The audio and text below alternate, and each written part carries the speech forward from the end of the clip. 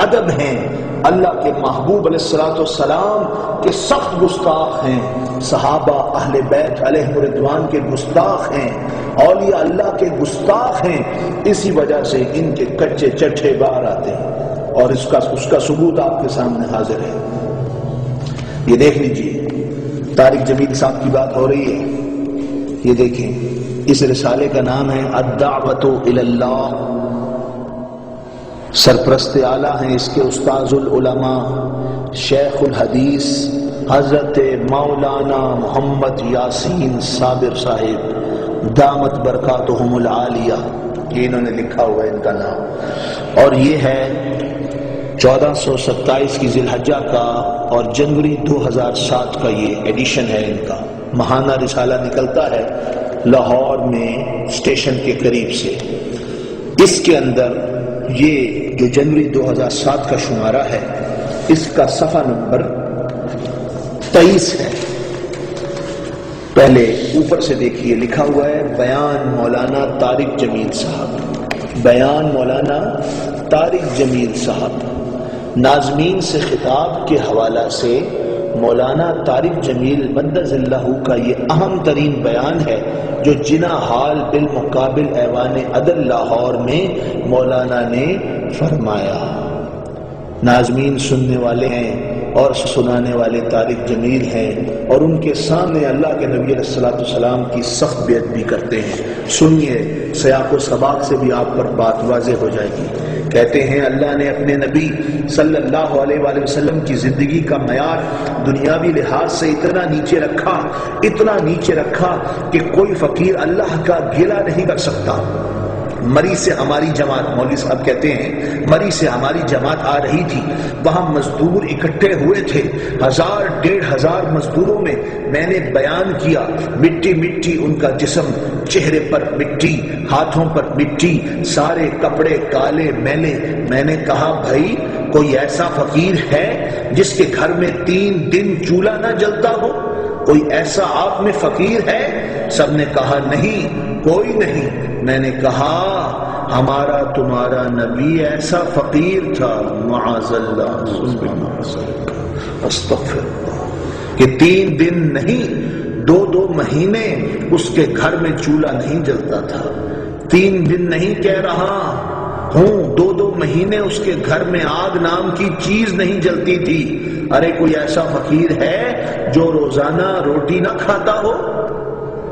کہا ہم تو روز روٹی کھاتے ہیں۔ میں نے کہا میرا تمہارا نبی پیٹ پر 2 پتھر باندھ کر پھرتا تھا کہ 3 دن گزر جاتے تھے، ایک لقمہ اندر نہیں آتا تھا۔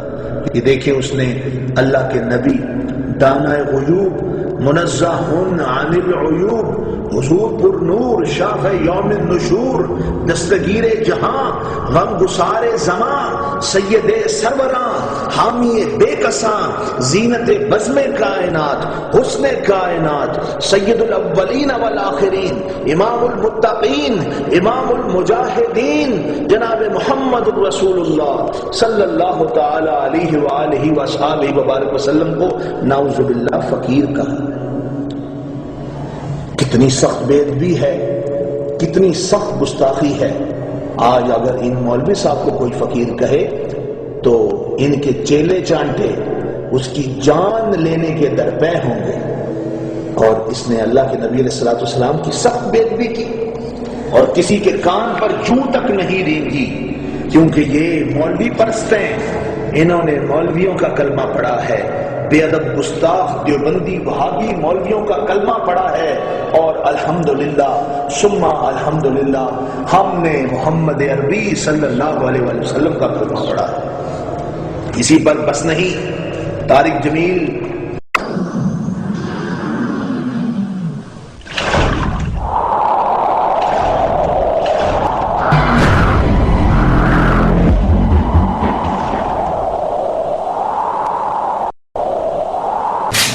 اللہ کے نبی صلی اللہ تعالی علیہ وسلم اہل سنت والجماعت کے عقیدے کے مطابق حاضر و ناظر ہے۔ گزشتہ 9 نشستوں میں قرآن و حدیث کی روشنی میں اور اقوال ائمہ کی روشنی میں ہم نے اس بات کو ثابت کیا کہ نبی پاک صلی اللہ تعالی علیہ وسلم حاضر و ناظر ہے. آپ اپنی قبر مبارک سے اپنی امت کو دیکھتے بھی ہیں، ملاحظہ بھی کرتے ہیں. اس تعلق سے بہت ساری حدیثیں اس سے قبل گزر چکی ہے.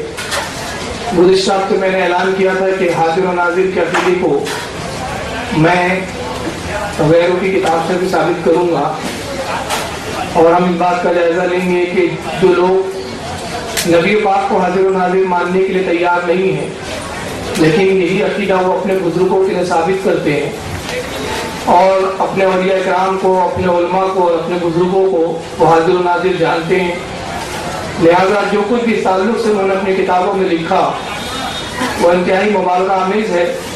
اور مبالغے کی انتہا اتنی ہے کہ جو چیز وہ رسول اللہ کے لیے ماننے کے لیے تیار نہیں وہی چیز اپنے علماء کو ثابت کرتے نظر آتے ہیں. اور میں تھانوی صاحب کی کتاب سے دکھاتا ہوں، یہ اشرف السوال ہے.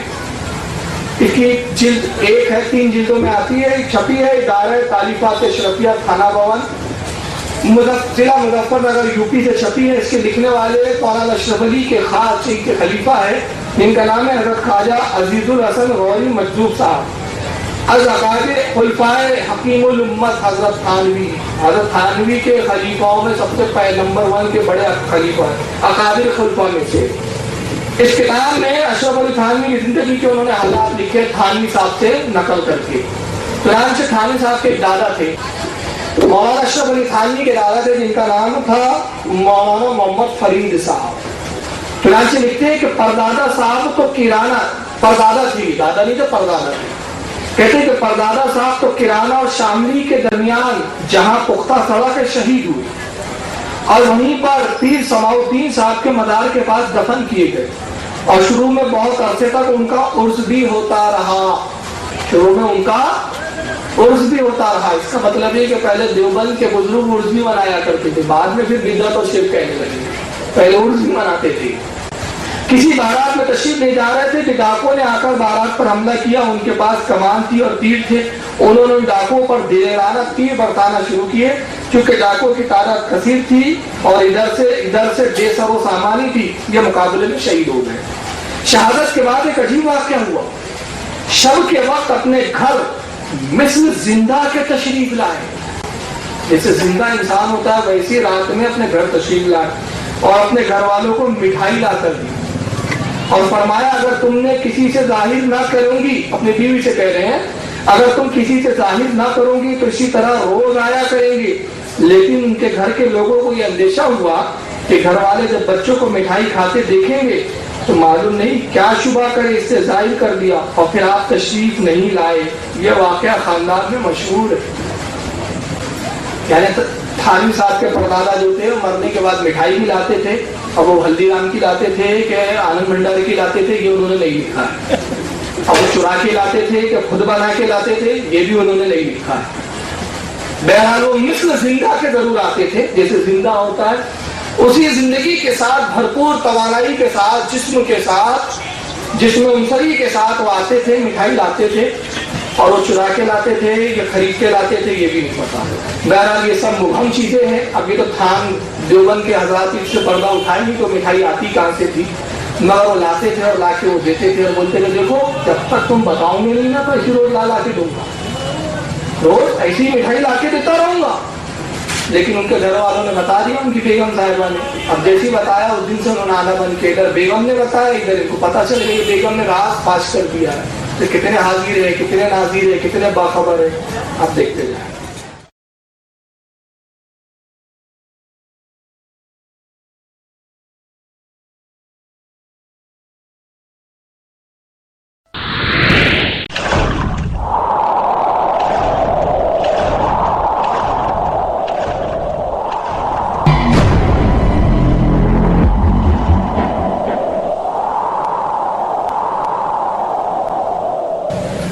حکایت الاولیاء کا صفحہ نمبر 271 مولانا اشرف علی تھانوی کی کتاب ہے. میں بیان کر چکا ہوں. کتب خانے نہیں ہے، دیوبند یوپی سے چھپی ہے. دیوبند کے ایک مولانا تھے جن کا نام تھا راؤ عبدالرحمان، جن کو عبداللہ شاہ بھی کہا جاتا تھا. ایک عبداللہ شاہ کہتے تھے لیکن ان کا نام کیا تھا، راؤ عبدالرحمان. تو تھانوی صاحب لکھتے ہیں نمبر 272 پر لکھتے ہیں اب یہ ذرا غور سے سنیں عبارت، اور اس سے یہ اپنے ملاؤں کو کتنا چنے کے جھاڑ پہ چڑھاتے ہیں، کتنا اٹھاتے ہیں، اور کتنا بڑھ چڑھ کے اپنے ملاؤں کی تعریفوں میں کہہ جاتے ہیں۔ اب دیکھیے صفحہ 272 پر کیا لکھتے ہیں۔ کہتے حضرت نانا طوی رحمۃ اللہ علیہ ان سے اکثر ملنے تشریف لے جایا کرتے ہیں۔ نانا طوی کو ہم قاسم نانا طوی دیوبند کے جن کو بادی بتایا جاتا ہے، حضرت نانا طوی اکثر ان سے ملنے تشریف لے جایا کرتے تھے، اور ان کی عادت تھی کہ مولانا سے ملتے ہی کہتے کہ آؤ حاجی قاسم، یعنی جب یہ جاتے تو وہ راؤ عبد الرحمان صاحب جیسی پہنچتے قاسم نانا طوی تو کیا کہتے آؤ حاجی قاسم۔ اس پر مولانا فرماتے حضرت میں تو حاجی نہیں ہوں، تو فرماتے کہ بھائی زبان سے یوں ہی نکل جاتا ہے۔ جب پہلے حج کو تشریف لے گئے تو برائے پنجاب فیروز پور کے دریا سے دریائے سندھ میں ہوتے ہوئے پہلا حج فرمایا۔ راستے میں پجلاسا کا علاقہ بھی پڑتا تھا، یعنی پنجاب کا۔ مولانا نے رفقائے سفر سے، جن میں حضرت مولانا محمد یعقوب صاحب رحمۃ اللہ علیہ بھی تھے اور حاجی محمد عابد صاحب رحمۃ اللہ علیہ بھی تھے، فرمایا بھائی میں تو پنجلاسا ضرور جاؤں گا اور راؤ عبداللہ شاہ سے ضرور ملوں گا۔ میں نے بتایا نا راؤ عبد الرحمان کا نام راؤ عبداللہ شاہ بھی تھا، تو میں ان سے بھی ملوں گا۔ چنانچہ تشریف لے گئے اور ملے۔ راؤ صاحب نے فرمایا آؤ حاجی قاسم۔ حاجی مولانا قاسم نانا طوی کیا کہتے اس کے بعد سنیے۔ مولانا نے فرمایا بھائی میں تمہارے لیے کیا دعا کروں، میں نے اپنی آنکھوں سے تمہیں دونوں جہان کے بادشاہ اور رسول اللہ صلی اللہ علیہ وسلم کے سامنے بخاری پڑھتے ہوئے دیکھا ہے۔ بھائی تم تو اتنے بڑے بزرگ ہو، قاسم نانا طوی کہتے میں آپ کے لیے کیا دعا کروں، آپ کا تو مقام ہوا ہے کہ میں نے رسول اللہ کے سامنے آپ کو بخاری پڑھتے ہوئے دیکھا ہے۔ اب یہ نہیں بتایا کہ رسول اللہ بخاری سننے مدینے سے یہاں آتے تھے کہ یہ مدینے جاتے تھے۔ اگر یہ جاتے تھے تو یہ حاضر و ناظر، اور رسول اللہ آتے تھے تو رسول اللہ حاضر و ناظر۔ یہ عجیب گول معلوم معاملہ ہے کا۔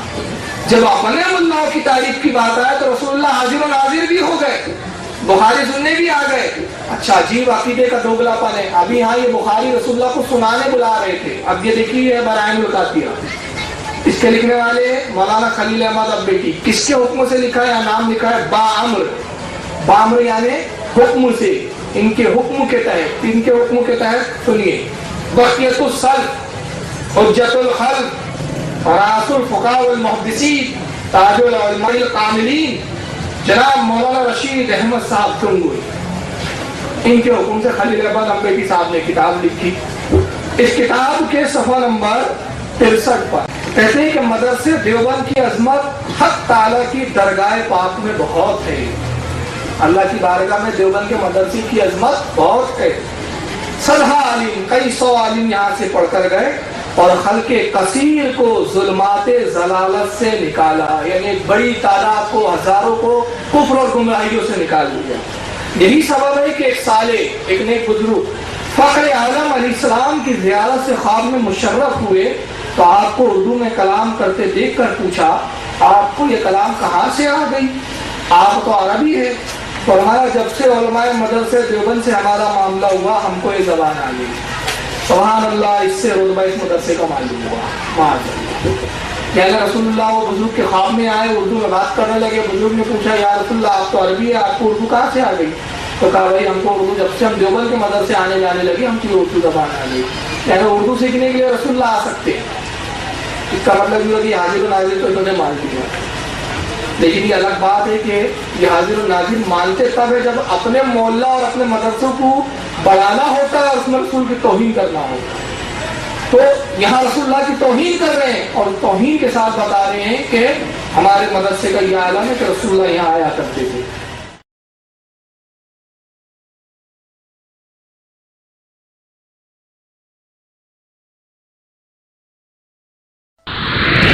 اللہ اللہ، یہ کتاب تسکت الخلیل ہے۔ کون سی کتاب ہے؟ آج کہا جاتا ہے نا بڑا تبرک کے بارے میں منہ بناتے ہیں۔ یہ دیکھو کتاب تسکت الخلیل، مصنف کا نام عاشق الہی میٹھی، صفحہ اس کا 96 ہے۔ کون سا صفحہ ہے؟ 96۔ اللہ اللہ، یہ دیکھو حوالہ جو غلط ثابت کرے 50,000 نقد لے جانا ہمارے صدر محترم سے۔ اللہ اللہ، ادھر آؤ پیارے ہنر آزمائے، تو تیر آزما ہم جگر آزمائے۔ میرا بھیا ابھی تک امریکہ نے بہت ترقی کی، کوئی ایسی ٹیبلیٹ بنائی کہ کھا لو تو پخانے کی بدبو چلی جائے؟ بولو کوئی ایسا کیپسول روس نے بنا لیا کہ کھا لو تو پخانے کی بدبو چلی جائے، کوئی ایسا کیپسول نہیں، کوئی ایسا ٹیبلیٹ نہیں. اللہ اللہ، روس بھی پیچھے رہ گیا، امریکہ بھی پیچھے رہ گیا. اب آئیے ذرا ادھر دیکھیے، کتاب تذکرۃ الخلیل ہے، مصنف کا نام عاشق الہ میٹی ہے، صفحہ اس کا 96. اگر آپ عرق کیوڑا پیو، عرق گلاب پیو، پخانے میں خوشبو آئے گی کہ بدبو؟ اللہ اللہ، بدبو نہیں جا سکتی. سیب کھاؤ، سنترا کھاؤ، پخان ہے نا بھائی، کچھ کھاؤ مگر وہاں بدبو نہیں آنا. آئیے، یہ ہے تبلیغی جماعت کے بانی مبانی مولوی الیاس کاندھیلوی کی نانی کی کہانی، خود ان کی کتاب کی زبانی. بھی امی کی عمر طویل ہوئی اور انہوں نے نواسوں کو بھی دیکھا. آخر میں دستوں کے مرض میں 3 سال مبتلا رہی. کئے سال؟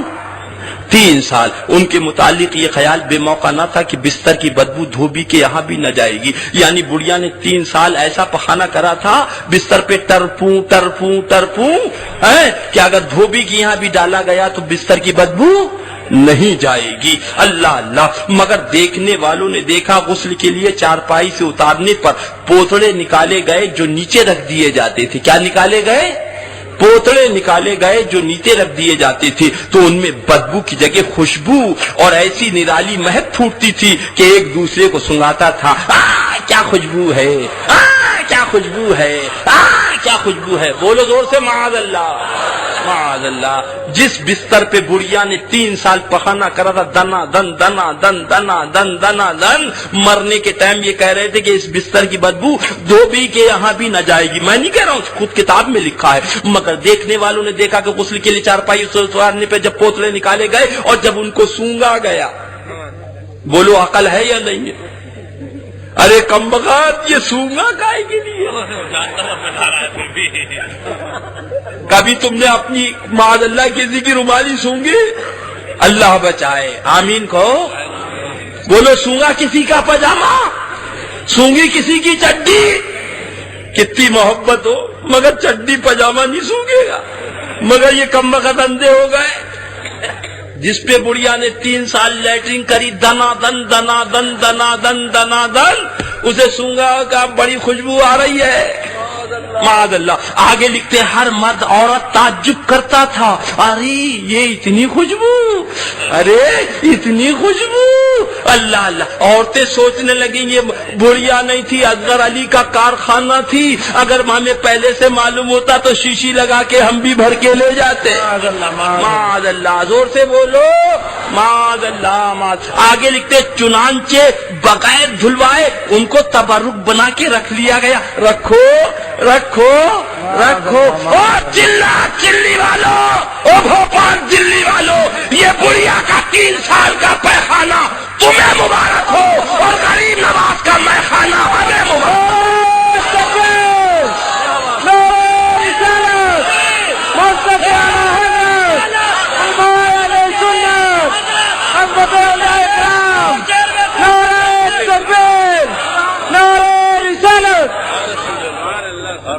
اللہ اللہ. پاک چیز پاک لوگوں کے لیے اور ناپاک چیز. میرا بھیا، ابھی تک تو ہم یہ سمجھے تھے کم بخت آنکھوں کے اندھے، اب تو یہ معلوم ہے کہ یہ ناک کے بھی بالکل بیکار ہو گئی ہے نا، بالکل سڑی بسی. معاذ اللہ. ہر مرد عورت تعجب کرتا تھا. امی جان نہیں تھی، نانی جان نہیں تھی، اصغر علی کا کارخانہ تھی. دیکھا آپ نے.